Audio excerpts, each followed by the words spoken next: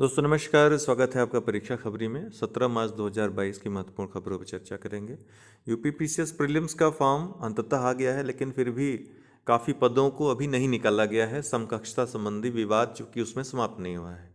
समकक्षता संबंधी विवाद जिसके बारे में कल ही हमने सुबह चर्चा की थी कि अब यूपीपीएससी से जो फॉर्म आएंगे उनमें समकक्ष शब्द का इस्तेमाल आपको देखने को नहीं मिलेगा, जो निर्णय है उसके अनुसार।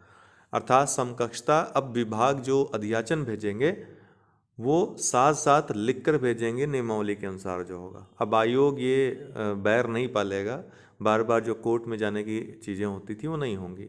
इसीलिए कल आपने फॉर्म में देखा होगा कि नोटिफिकेशन में कहीं भी किसी भी पद के लिए समकक्ष शब्द का प्रयोग नहीं है। तो जो डिग्री लिखी हुई है वो आपके पास है तभी वो मान्य होगा। अब समकक्ष आप करके कोई अन्य डिग्री नहीं ले सकते कि हमने ये पढ़ा था यहाँ पे, हमने कंप्यूटर इसमें भी पढ़ा था तो लगा सकते हैं कि नहीं। अब ये नहीं होगा।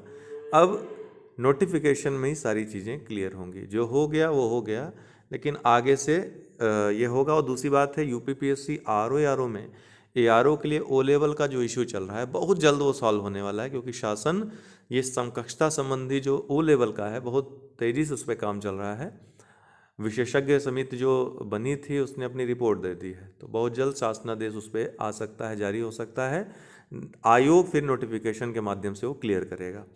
ठीक है, मात्र 60 दिन है शेष यूपीपीसीएस 2022 के लिए, तो इसलिए इधर उधर मत भटकिए। आपको रिवीजन भी करना है, पढ़ाई भी करनी है, तो उस अनुसार आप सामग्रियां अपने पास रखिए और तैयारी करिए। अगर हमारे पेड कोर्स से जुड़ना चाहते हैं टेलीग्राम पे, तो आपके लिए 30 दिन का क्रैश कोर्स स्टार्ट हो गया है। आप लोग इनरोल हो सकते हैं 9453775039 व्हाट्सएप नंबर संपर्क करके, नीचे डिस्क्रिप्शन बॉक्स में भी, और आप जो टाइटल देख रहे हैं इसके ऊपर भी हैशटैग मेरा व्हाट्सएप नंबर दिया हुआ है, व्हाट्सएप पे मैसेज करके जुड़ सकते हैं डिटेल्स लेकर के। इसके अलावा टेलीग्राम ग्रुप पे भी डिटेल्स दिया हुआ है कोर्स का। अब पुलिस विभाग में बम्पर भर्ती आने वाली है, तैयारी बहुत जोर शोर से शुरू हो गई है। यूपी साई और यूपी पुलिस सिपाही बम्पर भर्ती है निकलने वाली है, एकदम क्लियर हो गया है ये। और ये वर्ष रहेगा टीचर भर्ती के नाम। यूपीपीसीएस जो 2021 है उसमें तो 292 पद प्रिंसिपल के हैं ही। इसके अलावा शिक्षक संवर्ग में यूपीपीसीएस 2022 में भी बहुत सारी भर्तियां आ रही, मतलब आपके एडीआईओएस या जिसको आप सीनियर लेक्चरर डाइट कहते हैं, और बीएसए के पोस्ट हैं। तो शिक्षा संबंधी ये चाहे आप यूपीपीसीएस के स्तर पे देख लो, टीजीटी पीजीटी की बहुत जल्द वैकेंसी आने वाली है। बहुत दिन से चर्चा चल रही है, लेकिन अब उस पर काम, उसमें भी तेजी हो गया है। इस बार ध्यान दीजिएगा कि इंटरनल आंतरिक खबर है कि सरकार इन 2 वर्षों में 2024 की चूंकि तैयारी करनी है, तो वो ज़्यादा से ज़्यादा भर्तियों पर ही ध्यान देगी। इसलिए जो बीएड वाले हैं, जो बीटीसी वाले हैं, टेट क्वालिफाई हैं, सीटेट क्वालिफाई हैं, उनके लिए ये वर्ष रहेगा। या जो पीजीटी वगैरह देते हैं, बम्पर भर्ती निकलने वाली है। 17,000 जो हमने आप कहा था वो केवल अध्याचन पड़ा हुआ है। अभी मैक्सिमम अभी 50-60 हज़ार वैकेंसी बहुत जल्द जो है उसमें ऐड हो सकती हैं।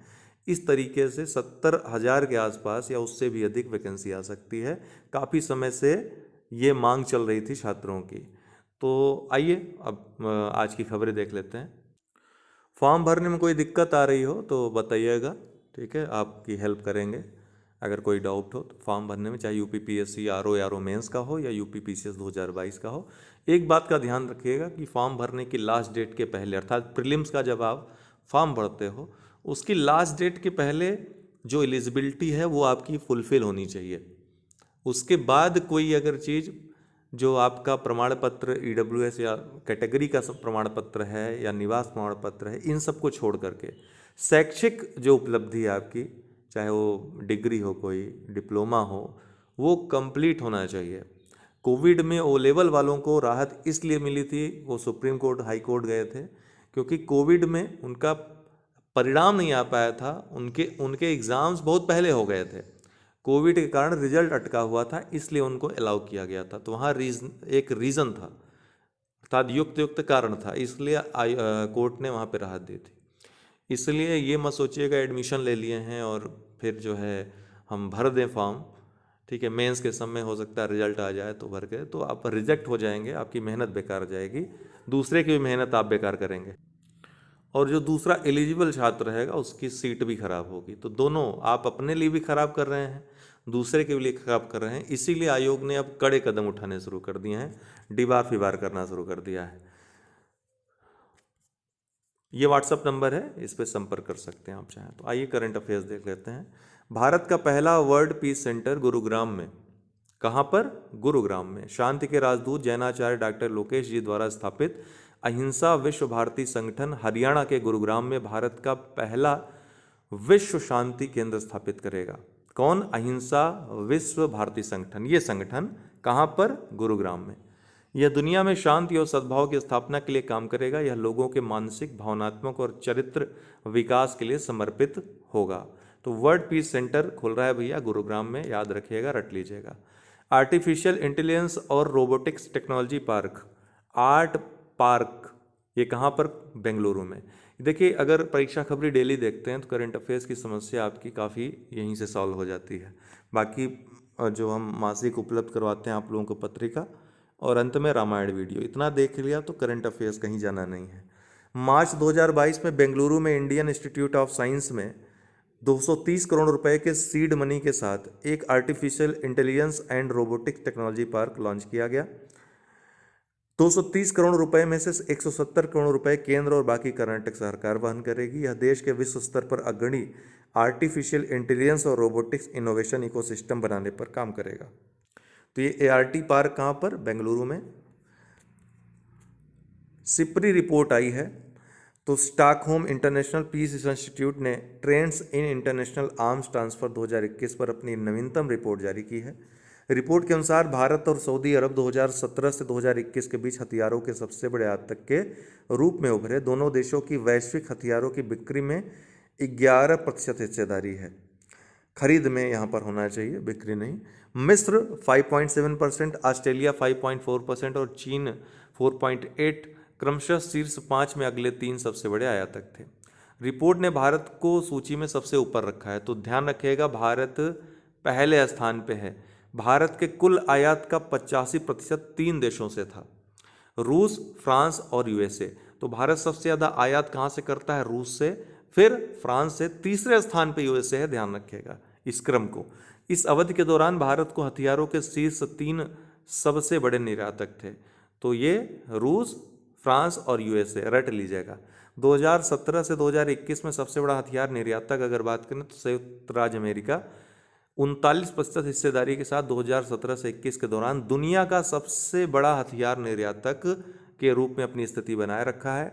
फिर उसके बाद रूस का स्थान आता है, देखिए कितना कम है, 19%। फिर फ्रांस 11%। अब यहाँ से आप अंदाज़ा लगा सकते हैं कि संयुक्त राज्य अमेरिका क्यों लड़ाता है दुनिया भर के देशों को। यूक्रेन अभी जो संकट आया इसमें भी यूएसए का खूब फायदा है ना।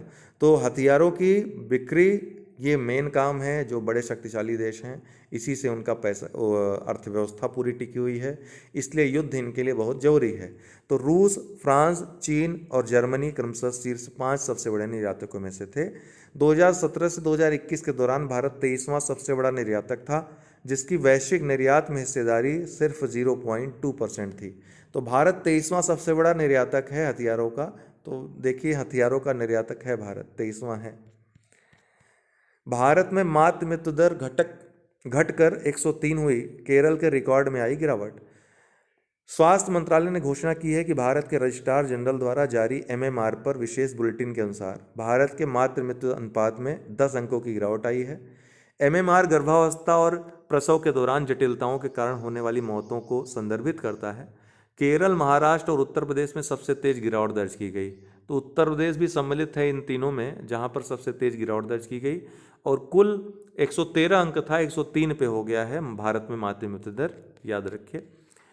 विश्वनाथ सुरेश 48 केजी और वंशज 63.5 केजी वर्ग में इन्होंने स्वर्ण पदक जीता। तो पुरुषों की युवा प्रतियोगिता में इन्होंने स्वर्ण पदक जीता है, जो जॉर्डन में अम्मान में मुक्केबाजी चैंपियनशिप चल रही है। तो भारतीय दल ने अम्मान जॉर्डन में एशियाई युवा जूनियर मुक्केबाजी चैंपियनशिप में, जिसमें डेली हम जिक्र कर रहे हैं कि कौन जीता 15 स्वर्ण सहित 39 पदकों के साथ अपने अभियान का समापन किया। तो कुल 15 स्वर्ण और 39 पदक कुल जीते हैं भारत ने, जिसमें 10 रजत और 14 कांस्य भी हैं। भारतीय युवा मुक्केबाजों ने 7 स्वर्ण, 3 रजत और 8 कांस्य पदक हासिल किए। और बाकी बचे जो 8 स्वर्ण हैं वो जूनियर वर्ग में भारत ने जीता है, तो कुल 15 स्वर्ण जीते हैं। भारत चेन्नई में FIDE शतरंज ओलंपियाड 2022 की करेगा मेजबानी। भारत ने चेन्नई में FIDE शतरंज ओलंपियाड 2022 की मेजबानी के लिए बोली जीती है। यह मूल रूप से रूस में आयोजित होने वाला था, लेकिन यूक्रेन के आक्रमण के बाद फाइड इंटरनेशनल चेस फेडरेशन जो है वहाँ से हट गया।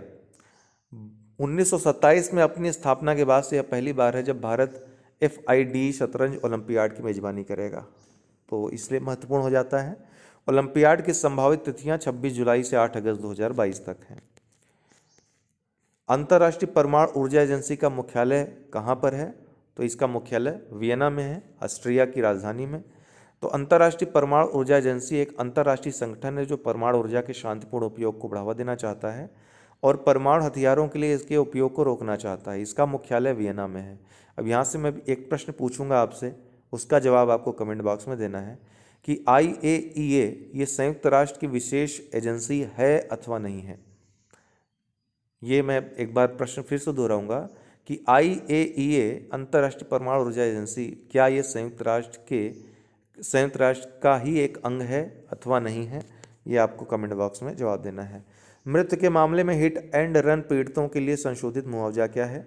तो 2 लाख रुपए। सरकार ने हिट एंड रन मोटर दुर्घटनाओं के पीड़ितों की मृत्यु के मामले में मुआवजे को बढ़ाकर 2 लाख रुपए कर दिया है, जो कि 25,000 रुपए की मौजूदा सीमा से 8 गुना वृद्धि है। अंतर्राष्ट्रीय हवाई परिवहन संघ का मुख्यालय कहाँ स्थित है? तो यह मॉन्ट्रियल कनाडा में स्थित है, अंतर्राष्ट्रीय हवाई परिवहन संघ का मुख्यालय।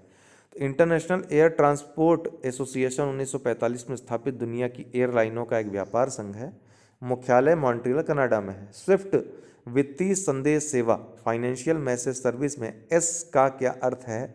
तो यहाँ पर दे ही दिया गया है, तो सर्विस है, ठीक है।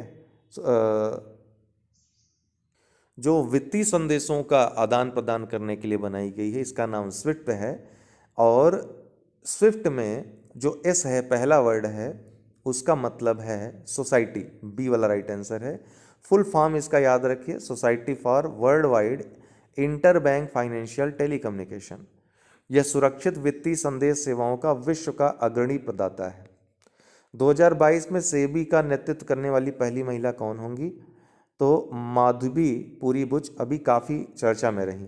तो पूर्व ICICI बैंकर माधवी पुरी बुच को अजय त्यागी के स्थान पर भारत के प्रतिभूति और विनिमय बोर्ड का नया प्रमुख बनाया गया है। इस तरह से पहली महिला होंगी इसकी प्रमुख बनने वाली। भारत ने किस देश में बहुराष्ट्र हवाई अभ्यास में अपने लड़ाकू जेट विमानों को तैनात नहीं करने का फैसला किया है? तो UK में। तो भारतीय वायुसेना ने यूक्रेन में संकट से उत्पन्न स्थिति को देखते हुए अगले महीने ब्रिटेन में एक बहुपक्षीय हवाई अभ्यास में अपने लड़ाकू जेट विमानों को तैनात नहीं करने का फैसला लिया है। मिलेनियम चैलेंज कॉरपोरेशन किस देश की एक पहल है? तो यह नेपाल की पहल है। नेपाली संसद ने चीन से घरेलू राजनीतिक विभाजन और आपत्तियों पर काबू पाने के लिए $500 मिलियन सरकारी सहायता कार्यक्रम मिलेनियम चैलेंज कॉरपोरेशन को मंजूरी दी है। ठीक, तो ये बहुत महत्वपूर्ण है। मिलेनियम चैलेंज कॉरपोरेशन ये नेपाल की पहल है। सांख्यिकी भौतिकी के क्षेत्र में योगदान के लिए 2022 में बोल्ट्ज मान पदक के लिए नामित होने वाले पहले भारतीय कौन बने हैं? तो ये हैं दीपक धर।